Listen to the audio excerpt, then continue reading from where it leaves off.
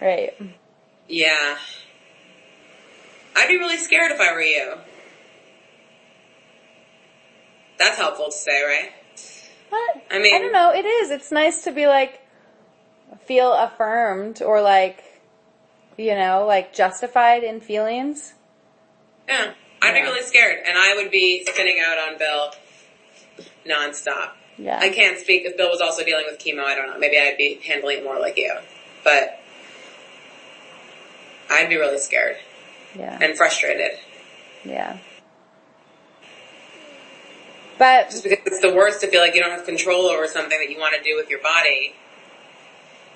And then you're also talking about doing it, and this is me projecting, but you're also talking about then doing something that then you lose control of your body. So it's like you can't like will your body to do something to like actively engage in this process of then giving up your body. It's like a very physical, visceral anxiety. Right. On both ends of it. Mm-hmm. And one of the artists that we had this weekend that I'm so excited about. But she had two, and largely she has 3 kids. And like I felt like How old? Young, like 7, 4, and 2. Okay. And she's like, she's an installation artist. She's like, I haven't shown anything to the world since I had my first kid. So it's been 7 years. I just felt like sick. Yeah, don't freak out. Yeah. And she's like found small ways of like continuing her practice, but it's been a lot to navigate. And her husband just lost his job, and he's like in the job hunt again. But so amazing that she like carved out this time to come. And where'd she come from? She's not someone you knew? She's not someone I knew. She was through my sister, my sister knows her husband and doesn't really know her. Didn't really know her until this weekend.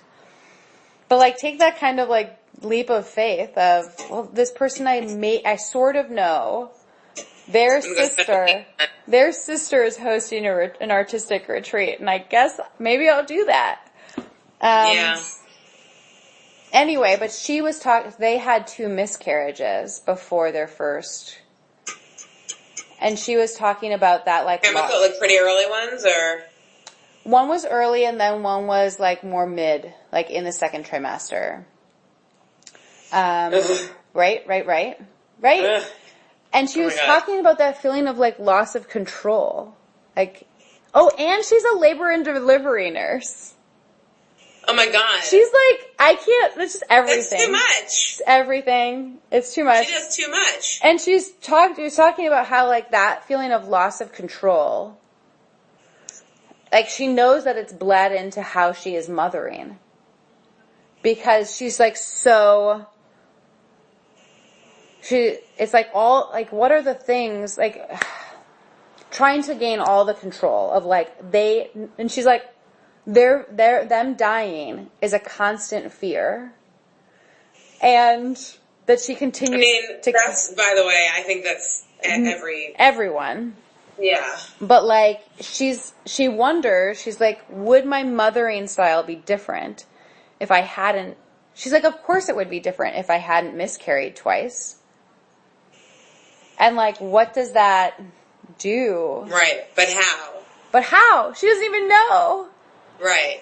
Also, does it matter? Does it matter? Does she not like her mother? Like, that's where my mind goes is, like, does she have an issue with her mothering style? I think she does. She does. She says that she feels like she feels really guilty taking in for her artistic making. Because she's always on this, like, well, I need to do all the possible things for my child so they are healthy and don't die. Oh, my God. Right? So... I actually feel, like, nauseous right now. Like, this is just so... it's so interesting because it's nice to hear, but it's like... I guess am interested in the question of how her mothering style would be different. But I'm also like, I just think it's a mindfuck to be an artist and a mother. I think it's a horrible, horrible mindfuck. Yeah. I just think and I'm reading about it, and that's what's making me feel less alone, is like reading Rachel Cusk and reading Maggie Nelson and like reading about other female artists who are mothers.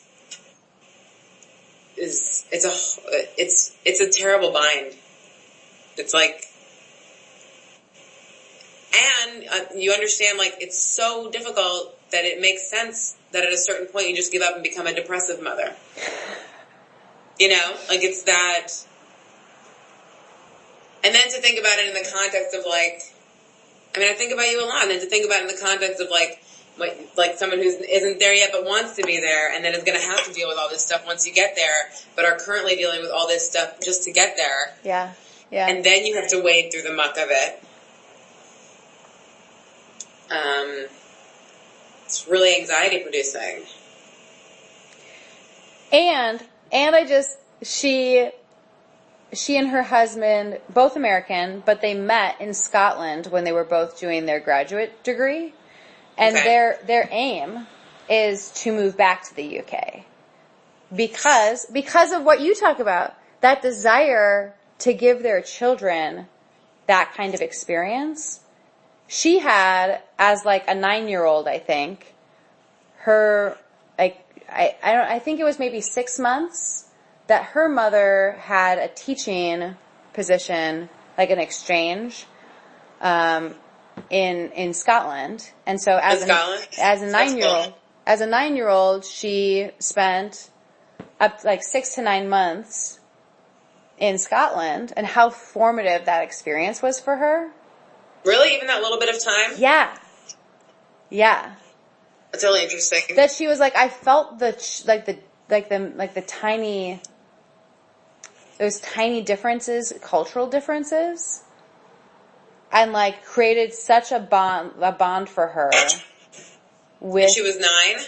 I think, roughly. I don't know the exacts. She was older. She was older. She wasn't a really little kid. Yeah. But like young enough. You know, like, what was I doing at 9? I don't know. But yeah, that it's created that bond with her for that place, and has made, like, took her back there for graduate school. Continues to take both of them back there just because of their her husband. Yeah, and now she's like, I want my kids to have that experience. Anyway, I couldn't help but like all the things, Eliza. But why? Like, right. You want, it's like, this is what I mean when I talk about my jealousy of people who are religious. Yeah. Because the ultimate why for them, it has nothing to do with this life.